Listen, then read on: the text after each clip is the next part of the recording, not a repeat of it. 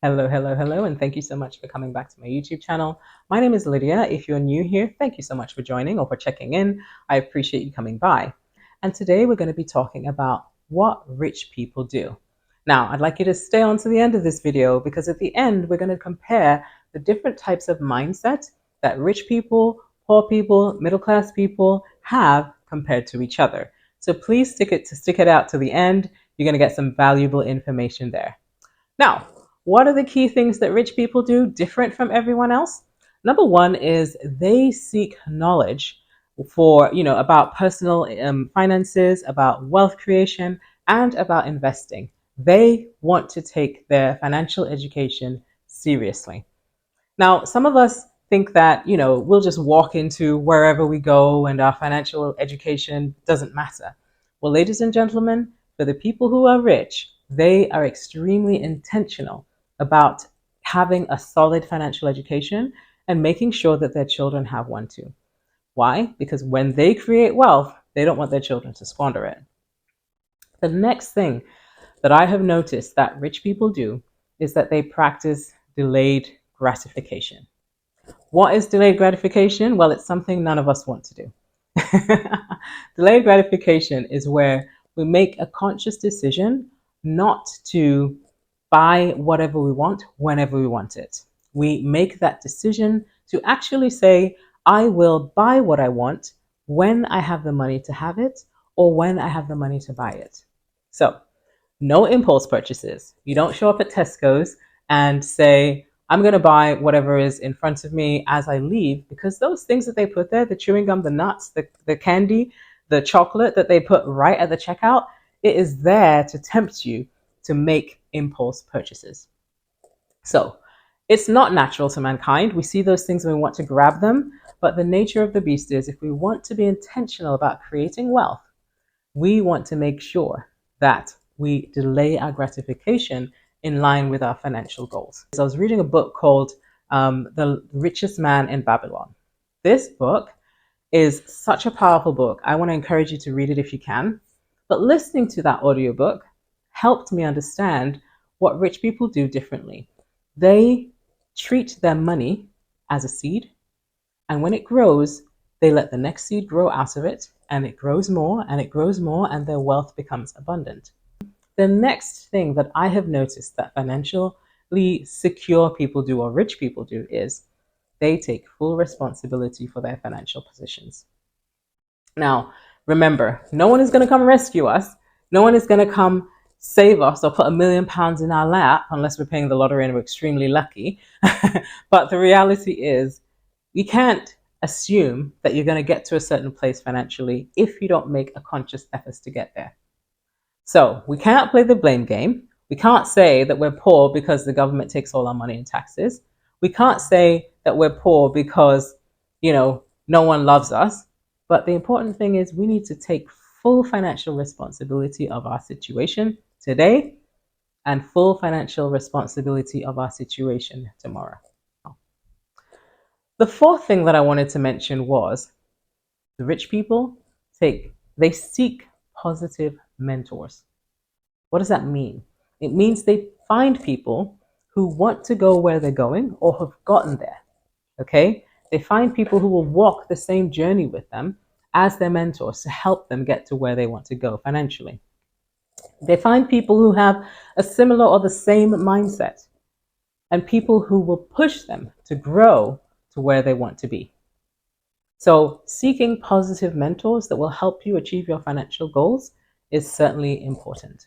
Number 5, about what the rich people tend to do. They create and pursue excellence. What do I mean by that? They seek the best for themselves. They don't settle for second best.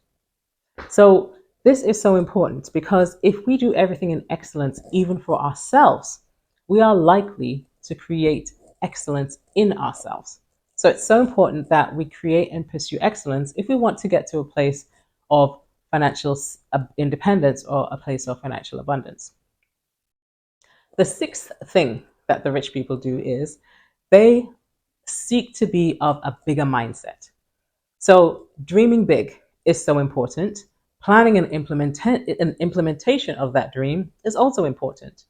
So our place should be to create rather than consume. So instead of being the person who, for example, watches 20 hours of Love Island, you could be the person who actually creates Love Island and makes money out of it, because the people who consume it are not making money. My daughter is shaking her head. They put their energy into things that generate income. So being of a bigger mindset means that they put their energy in things that create or generate income for them.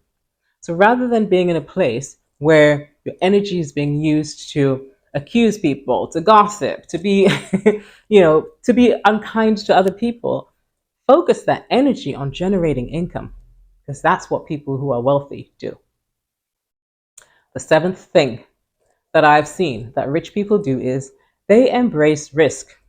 They embrace risk and they don't fear failure. So I work in tech, and one of the things that we try to talk about is failing fast and failing forward. In doing that, we create the opportunity for people to learn quickly of their mistakes. And that's what rich people tend to do. They want to fail fast. So if they make an error, or if they take a risk that didn't pay off, you learn from it. You shake it off and you move on. Okay? Some people might not recover, and that is true. So make calculated risks. But the reality is, if we take risks, we have to be able to learn from them. Okay? And the next thing is they don't fear failure. They don't fear failure. It doesn't mean you're not going to fail. You're going to fail. You will make mistakes. You will make errors. But the reality is, what do you learn from those errors? What do you learn from those mistakes? What did you learn from those failures? And how can you use those to steer your ship into the correct direction financially? Now, I want to point out a few things. When it comes to money, the rich people or the wealthy people embrace risk because they see that risk as an opportunity to generate further income. Whereas poor people fear the failure and they want guarantees, which means that if you're of a mindset of poverty, you're not likely to take the risks that will make you wealthy. So it's important that we make calculated risks and understand what it means to actually learn from failures and mistakes. And remember, people will talk about you. That's not the point. What people say doesn't matter unless it adds value to you. Does it add value to you? Will it help you for the future? If it does, pay attention. If it doesn't, my friends, it doesn't matter. The eighth point that rich people do, or the eighth thing that rich people do, is that they set clear goals and visions.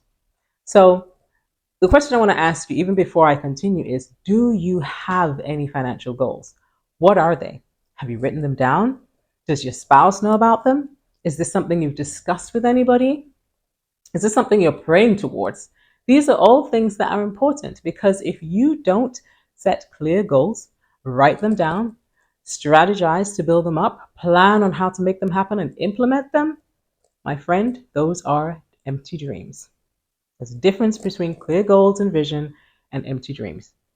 We have to make a choice about having clear goals and clear visions towards our financial future. Now, rather than playing the lottery, they invest. Yeah, you might say you're only playing for a pound or a couple of pounds, but if you took that money, even over a year, you could probably buy a stock or a share. So it makes perfect sense for you to make calculated risks rather than just dream empty dreams.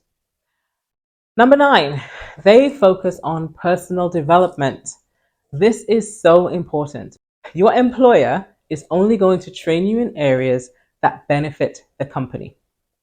If you want personal development, that is something that you are going to have to create, find, and implement in your life. One of the things the rich people tend to do is they learn. They plan on growing their wealth and growing their knowledge. They read books, they take courses, they search, they make time to improve themselves. If we do these things, we will automatically grow and our financial status is likely to change.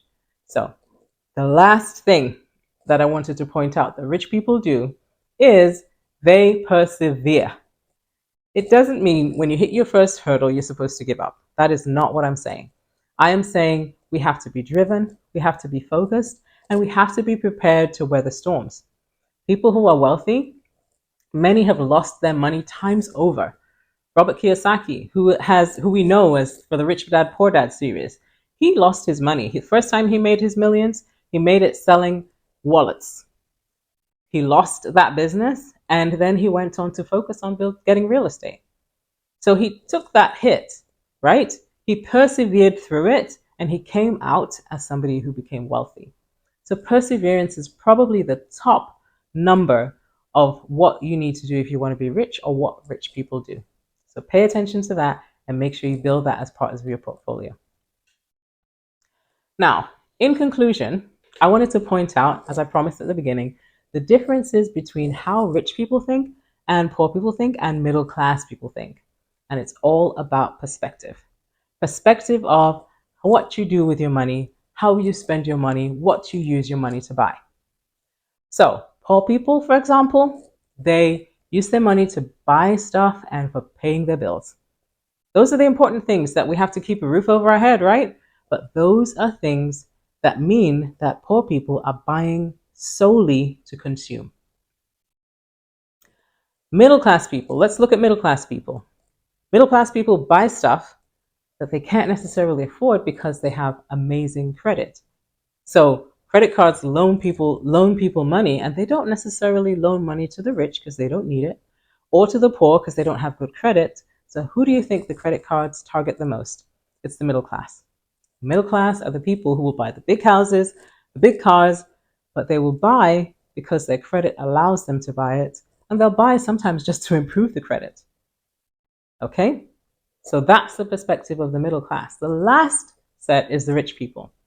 What they tend to do is they buy things that will generate more money. For example, rich people tend to buy stocks, shares, real estate, because all of those things generate income for them and add to their wealth.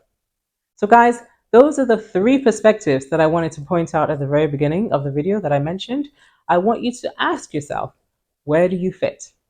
Are you rich? Do you have the mindset of a rich person? Do you have the mindset of a middle class person? Or do you have the mindset of a poor person? The thing is, that mindset will either grow you or reduce you financially. And it's important that if you want to be wealthy, you strive to be wealthy. And by doing that, you have to buy things that generate income for you. All right, guys, thank you so much for sticking it out throughout this video. I appreciate you guys. Please put your comments in the comments below. And guys, I always interact with the people who put comments in my section. So please do so. And again, finally, thank you so much for joining, and please like this video, subscribe to my channel, and I'll see you on the next one.